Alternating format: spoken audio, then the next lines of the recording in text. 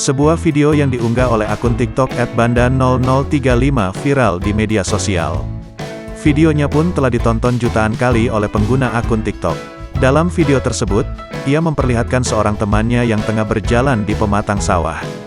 Motor yang digunakan nampaknya bukan motor matic. Motor berwarna hitam tersebut dengan perlahan mengikuti jalur pematang sawah yang tak luas. Hanya muat satu ban motor yang tipis. Si pengendara motor tersebut begitu lihai dalam mengendarai motornya.